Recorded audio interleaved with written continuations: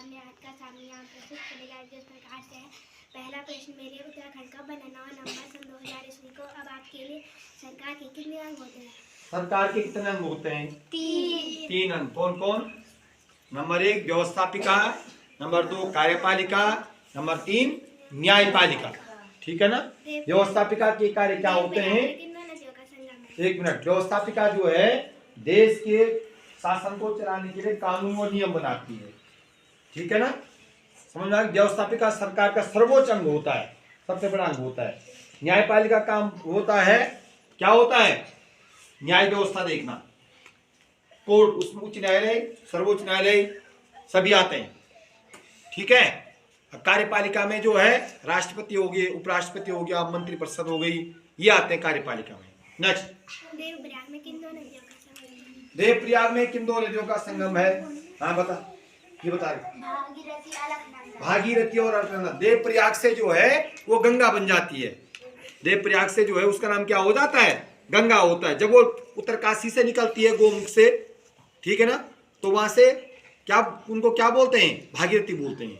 क्योंकि भगीरथ, राजा भगीरथ ने कठिन तपस्या की थी, तब जाकर गंगा जो है धरती पर आई, गंगा माई। ठीक है ना। तो उनका नाम, गंगा जी का एक नाम भागीरथी भी है, क्यों भगीरथ उनको पृथ्वी पर ले आए थे। ठीक है ना। तो वहां से चलते चलते जब देवप्रयाग पहुंचती है तो देवप्रयाग तक उनका नाम क्या होता है? भागीरथी होता है। वहां पे जब अलकनंदा का संगम होता है तो वहां से उनके वो गंगा के नाम से जाना जाता है। किसके नाम से जाना जाता है? गंगा के नाम से जाना जाता है। जो पांचों के पांचों प्रयाग हैं वो अलकनंदा पे हैं, अलकनंदा नदी पे करते हैं, बनते हैं। हाँ। रुद्रप्रयाग में, हाँ, अलकनंदा व मंदाकिनी। हाँ हाँ।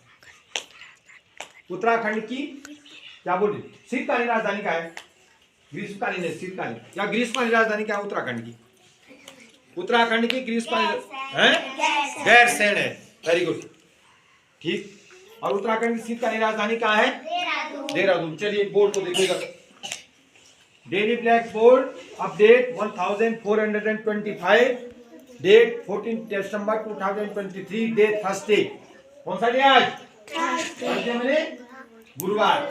क्या? गुरुवार, बृहस्पतिवार। टुडे थॉट, सोच का अंधेरा रात के अंधेरे से ज्यादा खतरनाक होता है। हमारी सोच जो है ना, सोच का अंधेरा माने सोच में कालापन है, सोच में खोट है, तो वो रात के अंधेरे से भी क्या होता है? बल ज्यादा खतरनाक होता है। इसलिए सोच में से अच्छी रखो। ठीक। त्रिभुज के तीनों अंतों कोणों का योगफल 180 अंश होता है। तीनों कोणों का, अंतों कोणों का योगफल 180 अंश होता है। त्रिभुज में कितने कोण होते हैं? 3 कोण होते हैं, 3 भुजाएं होती हैं, और तीनों कोणों का योग कितना होता है? 180 अंश होता है। वर्ग में 4 भुजाएं होती हैं, चारों कोणों का योग 360 अंश होता है। आयत में 4 भुजाएं होती हैं, चारों कोणों का योग 360 अंश होता है। प्रत्येक कोण 90 अंश का होता है। वर्ग हो गया चाहे आयत हो गया, उसका प्रत्येक कोण कितने अंश का होता है? 90 अंश का होता है। और तीनों कोणों का, चारों कोणों का योग 360 अंश होता है। जबकि त्रिभुज में 3 कोण होते हैं और तीनों कोणों का योग 180 अंश होता है। जो समबाहु त्रिभुज होता है, समबाहु का मतलब होता है, त्रिभुज जो है 2 प्रकार के होते हैं, भुजाओं के आधार पर और कोणों के आधार पर। भुजाओं के आधार पर त्रिभुज समबाहु त्रिभुज, समद्विबाहु त्रिभुज और विषमबाहु त्रिभुज। ठीक। और कोणों के आधार पर अधिकोण त्रिभुज, न्यून कोण त्रिभुज, समकोण त्रिभुज, ये कोणों के आधार पर होते हैं। तो अगर जो समबाहु त्रिभुज होगा उसकी तीनों भुजाएं बराबर होती हैं, तो तीनों कोण भी बराबर होते हैं। प्रत्येक कोण 60 अंश का होता है। प्रत्येक कोण कितने अंश का होता है? 60 अंश का होता है। लेकिन समकोण त्रिभुज में एक कोण 90 अंश का होगा, अधिकोण त्रिभुज में एक कोण 120 अंश का होगा, बाकी अन्य कोण होंगे अन्य दूसरी मापों के। ठीक है ना। लेकिन समबाहु त्रिभुज जिसकी तीनों भुजाएं बराबर हैं, तो उसके तीनों कोण भी क्या होते हैं? बराबर होते हैं। ठीक है ना। तीनों कोण भी क्या होते हैं? बराबर होते हैं। और प्रत्येक कोण की माप तब कितने अंश की होगी? 60 अंश की होगी। कितने अंश की होगी? 60 अंश की होगी। इस प्रकार से त्रिभुज के तीनों कोणों का योग कितना होता है? 180 अंश। कितने कोण होते हैं त्रिभुज में? 3। कितनी भुजाएं होती हैं? 3। त्रिभुज कितने प्रकार के होते हैं? 2 प्रकार के, भुजाओं के आधार पर और कोणों के आधार पर। भुजाओं के आधार पर भी 3 प्रकार के, कोणों के आधार पर भी 3 प्रकार के, ठीक।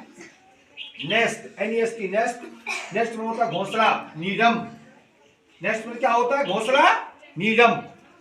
कि कौन बनाता है घोंसला? है? चिड़िया बनाती है। Very good. बलिदान दिवस आज 14 दिसंबर 1971 को फ्लाइंग ऑफिसर निर्मलजीत सिंह सेठों परमवीर चक्र से सम्मानित है, उनका बलिदान दिवस है।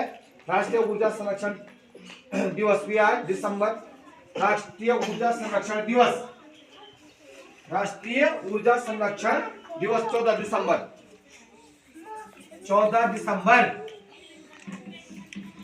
को राष्ट्रीय ऊर्जा संरक्षण दिवस भी मनाया जाता है।